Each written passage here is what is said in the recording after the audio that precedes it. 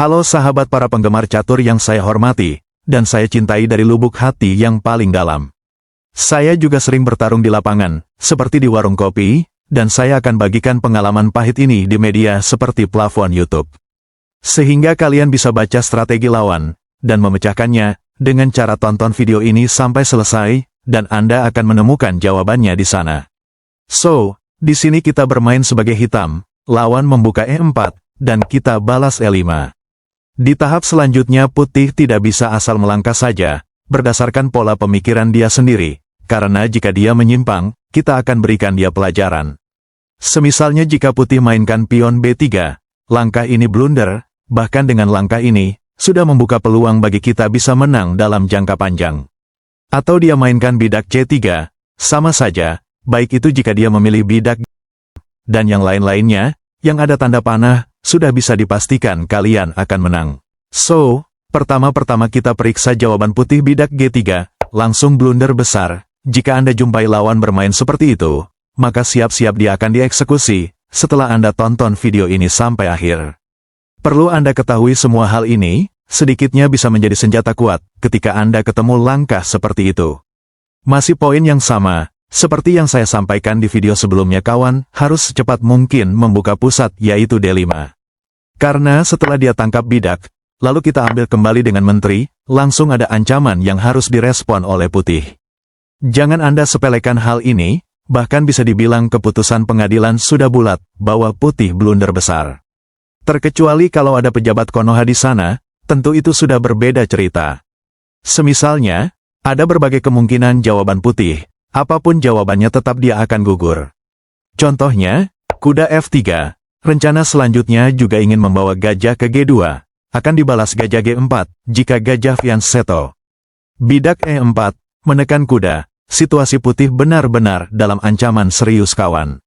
Walaupun ada bidak H3, melawan balik, kita ambil kuda, jika dia tangkap gajah kembali.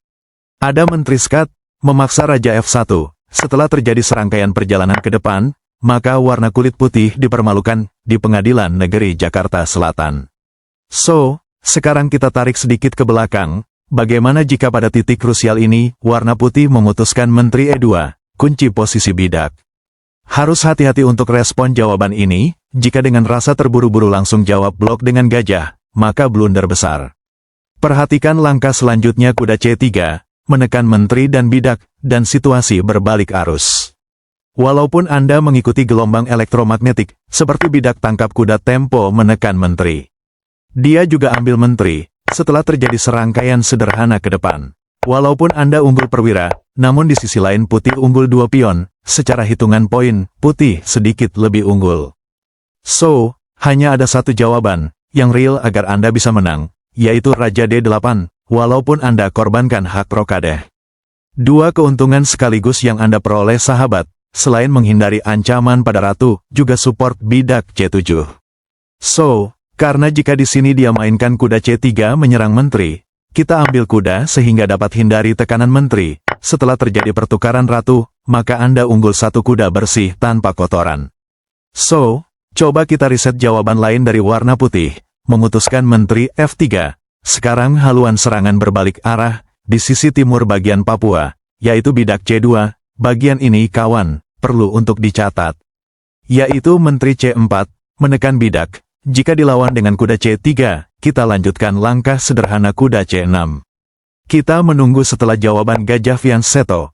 Kuda D5 incar bidak C2. Memaksa menteri harus mundur melihat bidak dia, yang lagi dalam ancaman serius.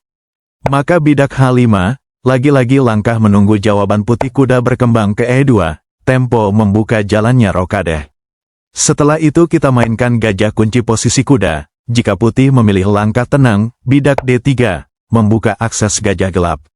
Setelah terjadi pertukaran gajah dengan kuda, maka diteruskan kuda ambil pion, langkah selanjutnya kita unggul satu benteng. Sangat menyenangkan sekali, lawan Anda akan menyadari, bahwa dia lagi berhadapan sama naga, yang berkepala botak. So, jikalaupun, warna kulit putih bisa melihat langkah itu, pada titik ini, memutuskan rokadeh terlebih dahulu. Dan sudah bisa melepaskan senjata rudal nuklir jarak jauh, yang dapat hancurkan dunia, yaitu bidak H4. Lawan Anda, kemungkinan besar akan tertekan psikologis melihat semua serangan ini. Walaupun ada untuk sementara waktu bidak H3, kuda menyerang raja setelah pertukaran gajah dengan kuda. Situasi warna putih benar-benar terkunci, kemungkinan jawaban standar dari putih yaitu bidak G3, setelah kita rokade melawan takdir. Maka posisi putih benar-benar terpojok, dan sulit untuk berkembang. Anda hanya mengatur strategi ke depan dengan baik, dan saya pastikan 1000% Anda akan menang. So, yang kedua, bagaimana jika warna putih kembali berulah, memutuskan bidak B3, dan jelas langkah ini melawan prinsip dasar opening catur. Bagian penting di sini kawan, harus secepatnya Anda membuka pusat, kunci utama berada di kotak D5, selain dari situ adalah salah. Semisalnya kita mainkan kuda F6, langsung menekan bidak E5, putih melindungi bidak dengan D3, hubungkan rantai pion. Setelah itu langsung Anda mainkan bidak D5. Jawaban ini sangat sederhana, namun akan berdampak buruk ke depan, apapun jawaban selanjutnya dari putih. Tidak mungkin putih mengabaikan hal ini, karena setelah kita menerima pion dia, langkah berikut terjadi pertukaran menteri, membuat dia rugi kehilangan hak rokade. Solusi terbaik dia menerima pion, atau kuda ke C3, support bidak E4, kita ulas satu persatu untuk Anda. Pertama jika dia tangkap bidak, kita ambil dengan menteri, lalu kuda dia berkembang, tempo menekan menteri. Lalu gajah B4 kunci pergerakan kuda, putih akan secara otomatis mainkan gajah support kuda, lalu kita lakukan perkembangan perwira seperti kuda C6. Seolah-olah kita mengabaikan setelah putih lanjutkan kuda F3, juga perkembangan perwira. Maka setelah kita mainkan menteri A5, menekan kuda 2 kali, walaupun ada untuk sementara ini putih dapat melindungi kuda, seperti menteri D2, maka setelah kuda D5. Maka langkah selanjutnya, sudah bisa dipastikan kuda dia akan gugur. Mungkin dari sini, lawan Anda akan menyadari, kalau dia lagi berhadapan sama naga yang berbeda. So, sekarang mari kita kembali. Bagaimana jika di posisi ini, lawan Anda memilih kuda berkembang ke C3, mensupport pion di E4. Perjalanan yang hampir sama kita tempuh yaitu gajah B5. Disinilah terjadi kegagalan yang sering dialami pemain catur, memilih gajah ke B2, support kuda. Walaupun ada opsi terbaik dari putih, yaitu gajah ke kotak D2, nanti kita akan terapkan. Kita cukup mainkan bidak menyerang kuda. Tentu putih tidak akan mungkin tinggal diam saja, pasti akan melawan dengan bidak A3, juga menyerang gajah terang Anda. Kita terima kuda, setelah terjadi serangkaian langkah ke depan, selain kita unggul material secara eksplisit. Di sisi lain, kita juga mendominasi permainan, tentu sudah bisa memesan secangkir kopi sahabat. So, sekarang mari kita riset jawaban terbaik dari putih, yaitu gajah itu pindah ke D2. Tujuan untuk antisipasi kelanjutan bidak ke D4, kita lanjutkan langkah tenang bidak. Kontrol pusat. Setelah putih kembangkan kudanya, menteri A5, kembali menyerang kuda 2 kali, dan hal ini harus direspon keras oleh putih. Seperti kuda E2, namun perhatikan pion E4, menjadi lemah setelah kuda melangkah, kita dapat mengambil kualitas bidak pukul E4, putih pertukaran gajah gelap. Kuda blok, maka setelah terjadi serangkaian langkah sederhana ke depan, selain kita unggul biji pion, putih memiliki pion lemah yang terpisah satu sama yang lain. Maka peluang menang kita, sedikit banyaknya, sudah ada harapan, dalam permainan babak akhir, mungkin saya hanya sebagai alat, yang bisa kalian tempuh, meraih kesuksesan di masa yang akan datang.